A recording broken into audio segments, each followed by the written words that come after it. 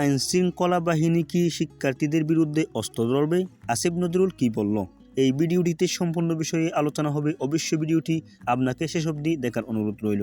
বৈষম্য বিরোধী ছাত্র আন্দোলনের সমন্বয়ক এবং বর্তমান যুব ক্রীড়া উপদেষ্টা আসিফ মাহমুদ তার ফেসবুক স্ট্যাটাসে প্রধানমন্ত্রী শেখ হাসিনাকে খুনি হিসেবে অভিহিত করে বাংলাদেশ বিরোধী অভ্যুত্থানের বিরোধী মন্তব্য করেছেন, যা দেশের ব্যাপক ক্ষোভের জন্ম দিয়েছে।